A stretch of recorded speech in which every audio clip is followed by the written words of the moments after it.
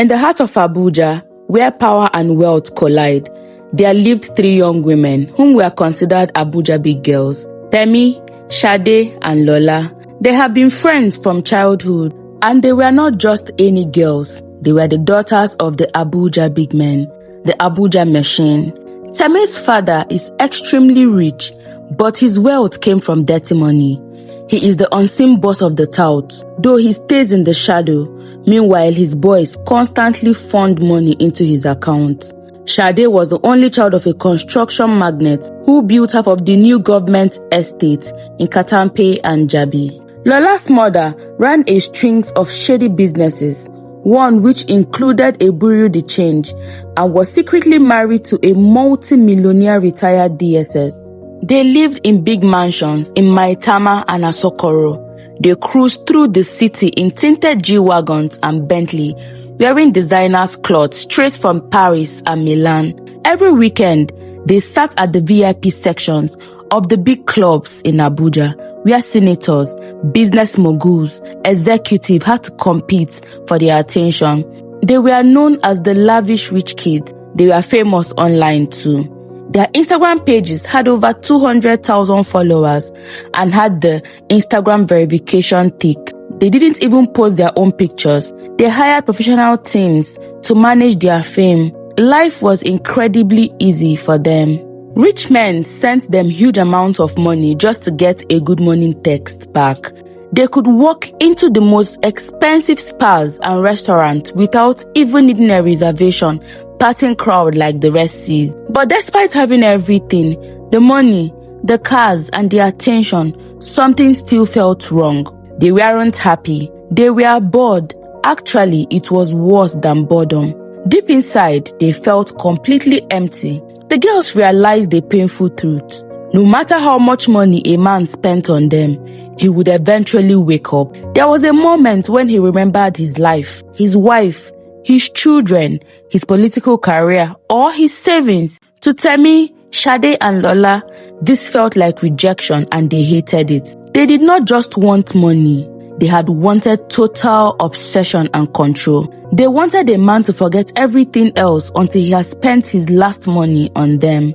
One night at 3:00 a.m., while drinking expensive tequila in a VIP section of a popular club, they overheard some girls gossiping. 4 big girls seated. They spoke of a woman named Mama Ireti. According to them, she was located at the deep part of Mpape, a rough and a crowded area. It was said she had magic, strong that no man could resist it, and no pocket could stay closed. She was said to be expensive, but her results were guaranteed. The girls didn't believe in magic. According to them, only the people in the village did juju.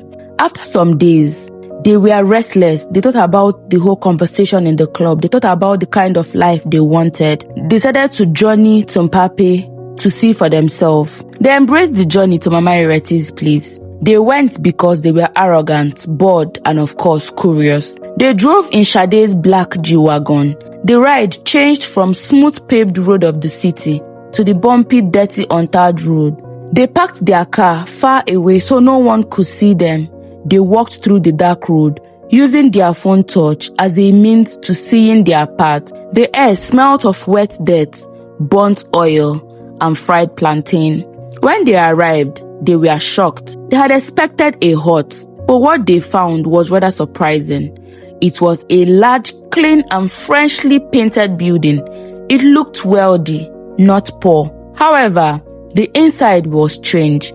There were black chalks on the floor, used for calling on the spirit, and the walls were covered in layers of old calendars. Inside the house, the atmosphere changed instantly. In the corner sat a strange altar. It held kola nuts, bottles of schnapps, and a black skull. The girls told themselves it was just monkey skull, but deep down they feared it was a human skull. Then they saw Mama Ireti. She was terrifying. She didn't look fully human. She looked like a mixture of a woman and a dragon. The sight of her was so terrifying and shocking to the girls that they froze in a place, unable to move.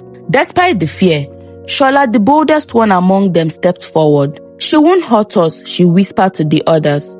Trembling, they walked into the house and approached her. Mama Ireti spoke softly, which was almost scarier than if she had shouted. They told her what they wanted. Mama, Shola said, "We want rich and influential men to worship us. We want them to spend money on us until they run completely dry. We want our name to be famous and our feet to be kissed." Mama Ireti looked at them with fire burning in her eyes. She laughed. "What you seek, child, you shall get." She gave them specific, horrifying instructions. To get this power, they had to follow a strict rule. She looked to the top of her ceiling, chanted and made spells. Smokes filled the room, and then she spoke. "Every full moon, you must go to a mortuary where dead bodies are kept. They must collect the water used to wash the corpse. It has to be the first water before the embalming fluid is added. At midnight, they must bath in the water. They must drink 1 full cup of the leftover water." The girls initially felt irritated, but they wanted all the wealth. Mama Ireti explained further. "This water carries beauty that death could not take. If you do this, your skin would glow. Your voice would command and control men. Your eyes would make men feel they would die if they looked away." But the price was high. Mama Ireti gave them a final warning. "You must obey this circle perfectly and never leave each other. If you miss 1 full moon, or if any of them left the group, the consequences would be terrible." The girls looked at each other nervously. The smell of the house mixed with their expensive designer perfume. They laughed just to hide their fear, paid Mama Ireti in crisp new dollar bills, and left quickly without saying another word. When the first full moon arrived, they were ready. They chose a quiet government mortuary in Gudu. The night guy on duty was a man named Ibrahim. He was thin, quiet, and bold too. When they walked in, they saw him and spoke to him about some bribe. He agreed, and each of them gave him 150,000 naira. He opened the back door and asked no question. They filled their plastic jerry can with the water they needed and left with it. It was grey, foul-smelling, and thick with chemicals and fluids from the body. They drove back to Temi's mansion in Asokoro. At exactly 12:03 a.m., they poured the dirty water into a clean marble bathtub. It felt cold and strange against their skin, like it was alive. For months, the plan worked perfectly, but money changes people quickly. By the 4th full moon, Ibrahim grew very greedy and wanted more. He had bought a used Toyota Corolla with the money he has gotten from the girls. He wore a more expensive shirt. His girlfriend even moved from a poor area to a nice apartment in Kubwa. He started to feel powerful. Ibrahim started thinking, if these girls could pay 150,000 naira for just dirty water, imagine how much they actually have. They became Abuja big influential babes. Men threw money on them like water. They kept collecting until you go entirely broke. They went to different parts of the world for vacation and enjoyment. They spent money like it were paper. They had fun and they were enjoying the whole thing. Not because their parents did not have money, but because they were just bored and they wanted to have fun. They wanted to feel what it feels like to control men and to spend money like it meant nothing. One night, when they went to the mortuary for the water, Ibrahim stopped them at the gate. "Madam, today the price don't increase, oh." Ibrahim said, 450k each. If you don't pay, I will shout and I will tell the whole world that you come here to collect dead man's water. I will tell them you are witches. Temi felt very angry. I wanted to slap him. Lola wanted to cry out of fear. Shade just smiled. It was a sweet smile, but it was the kind of smile she used before doing something terrible. Then, they paid him the 450k each. They did it for 2 times, but he grew more and more greedy. By the 3rd time, Ibrahim demanded 800,000 naira from each of them. He was bawling. Worse, he even told them he has been recording videos of their cars entering the mortuary on his phone, then collecting the corpse water. He laughed, showed them the video, and called it his insurance. Ibrahim made a mistake because he thought the girls were weak because they were rich, young, and ruthless. On the next full moon, the girls came for the water, but Ibrahim stopped them. The price is 2 million naira each now, he said. He held up his phone and played a video. If you don't pay, I will post this video. Your parents will lose their positions in the society. Do you think I don't know? I know you are taking this water to them for money rituals. The girls were even scared of the money he mentioned because they had enough. They had plenty of money. But they were scared because Ibrahim was becoming too bold and he would never stop blackmailing them. The girls looked at each other. They didn't need to speak to know what has to happen. Lola spoke first. Her voice was sweet and calm. Come inside, Ibrahim. It's safer in the building. We will settle you well there. We always settle you, you know, ba? Greedy for money, Ibrahim followed her into the dark corner. It was cold inside, smelling of strong disinfectants and old blood. There were steel drawers for bodies on the both sides. While Lola distracted him, Temi crept off from behind. She was holding a heavy iron pipe she had taken from the generator room. She walked in on them, tiptoeing, silent as a ghost. Bam! One clean hard hit to the back of his skull. Ibrahim dropped to the floor. Instantly, he was dead before he hit the ground. The girls did not run, neither did they scream. Instead, they did something truly evil. They stripped Ibrahim's body, washed him, they collected the water from his fresh corpse. They opened a drawer named 17, which was empty. They folded his body inside. They pushed the drawer shut and locked it tight. The next morning, the supervisor found the drawer locked and Ibrahim missing. He assumed Ibrahim had stolen some chemicals or valuables and ran away to the village. It was a common story there. No police were called. No investigation was done. When the body has begun to smell and they opened the drawer they shoved his body inside, they found out it was Ibrahim. Unshaken, they called the owner of the mortuary and reported to him. But he asked them to bury the body secretly and quietly. The mortuary can't expose such a crime. It was the mortuary for the rich men only, and they would do anything to avoid a bad name. His mother came to ask questions. 2 weeks later, she was told her son resigned suddenly, and they didn't know his whereabouts. She was given 5 million naira cash, and they said to her, if you make noise or if you talk, the same thing that happened to your son would happen to you and your other children. She took the money and left Abuja within a month. It was the mortuary for the rich men only, and they would do anything to avoid a bad name. The act of killing Ibrahim made the girls' charm stronger. They felt it like electricity under their skin. After Ibrahim, they moved to a bigger private mortuary near Apo. More corpse, more water, less suspicion. One day, Shola met a man called Alhaji Danjuma, tall, dark, pot belly, and old. One Friday, therapy was popping. The DJ had dropped a new remix. Everyone turned up. At the VIP corner, Alhaji Danjuma sat, white abada, gold cap. A number of army surrounded him. Phone flashed, but no one dared walk close. Rumors said he owns one of the biggest buildings in Dubai and half of the new estates in Maitama. Sade, bold, loud, she was dancing between tables, phone on live, laughing at nothing. One of the boys tapped her shoulder. Boss wants to see you. She grinned, fixed her face, and walked over like she owned the world. Alhaji Danjuma looked up, smiled slow. You fit come drink with me. She sat, poured herself champagne even without asking. They talked businesses, properties in Dubai, yacht in Lagos, a villa in London. She felt the hook go in. This was bigger than every senator, every oil guy, every senator's son she had met. Weeks after talking, he asked her to come with him to Dubai. She was excited, not because she hasn't gone to Dubai, but she knows this is one fish she's going to suck dry. He sent her a huge amount of money to get herself ready for travel. She shopped beautiful things and was ready to vibe in Dubai.